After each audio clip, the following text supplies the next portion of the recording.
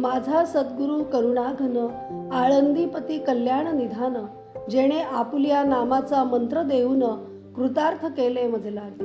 न देखोनी मम पात्रपणा, अंकी घेओनी खुणा, सांगितल्या स्वनामाच्या.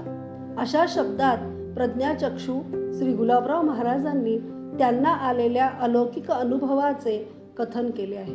इसवी सन 1901 मध्ये श्री गुलाबराव महाराजांना ते आळंदी येथे गेले असताना संत श्रेष्ठ श्री ज्ञानेश्वर महाराजांचा साक्षात अनुग्रह लाभला.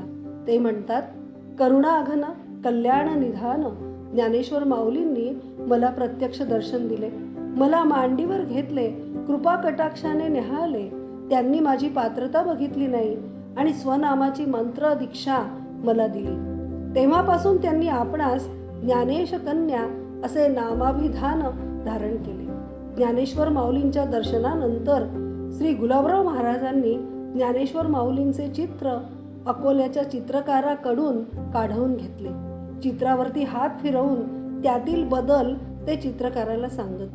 चित्र पूर्ण झाल्यावर नंतर चित्रावर पुन्हा हात फिरवून ज्ञानेश्वर महाराज प्रत्यक्षात असेच आहेत असेही त्यांनी सांगितले.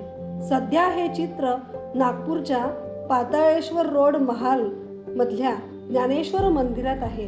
त्याची नित्य पूजा केली जाते. आज आपल्याला दिसणारे चांदीच्या चौरंगावर स्थानापन्न झालेले, मोत्यांचा तुरा असलेला फेटा घातलेले, अंगावर शाल पांघरलेले, गळ्यात हार आणि हातात गजरे घातलेले श्री ज्ञानेश्वर महाराजांचे हे चित्र सुप्रसिद्ध विद्वान ल.रा. पांगारकर यांनी मुमुक्षूमध्ये सर्वप्रथम छापले.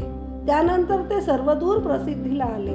हे चित्र केव्हाचे असे कुणीतरी श्री गुलाबराव महाराजांना विचारले. त्यावेळी श्री गुलाबराव महाराजांनी सांगितले की संत नामदेव आणि ज्ञानेश्वर महाराज आणि भावंडे तीर्थयात्रा करता करता काशीला पोहोचले. त्यावेळी विद्वत पूजनासाठी निवड करण्यासाठी राजाने दवंडी पिटवली होती. हत्तीच्या सोंडेत हार दिला गेला होता आणि राजाने जाहीर केले होते की तो हार हत्ती ज्याच्या गळ्यात घालेल त्याचा सत्कार करण्यात येईल. हत्तीने तो हार 18-19 वर्षांच्या ज्ञानेश्वर महाराजांच्या गळ्यात घातला.